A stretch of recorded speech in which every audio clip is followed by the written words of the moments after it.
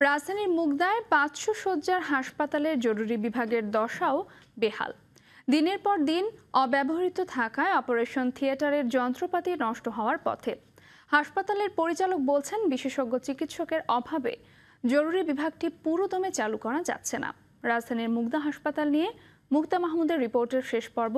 ছবি তুলেছেন স্বপন দেওয়ান ও শামসুজ্জামান শুভ।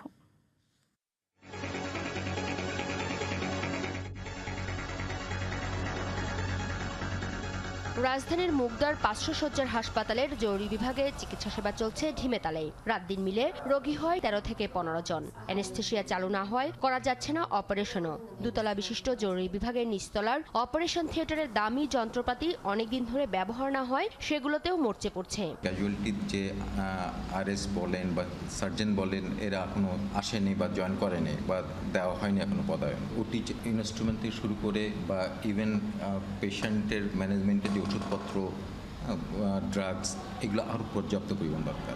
আমাদের এখানে যেহেতু ডাক্তার কম, আমরা ওইভাবে 3 বেলা 3 ডাক্তার না এসে আমরা কন্টিনিউয়াস 24 ঘন্টা একজন করে ডিউটি করছি আমাদের নিজের সুবিধার জন্য। তা নাহলে হবে কি, ধরেন আজকে সকালে আসলাম, আবার কালকে সকালে আসতে হবে বা ইভিনিং আসতে হবে, মানে কন্টিনিউয়াসলি আমাদের রানিংয়ে থাকতে হবে।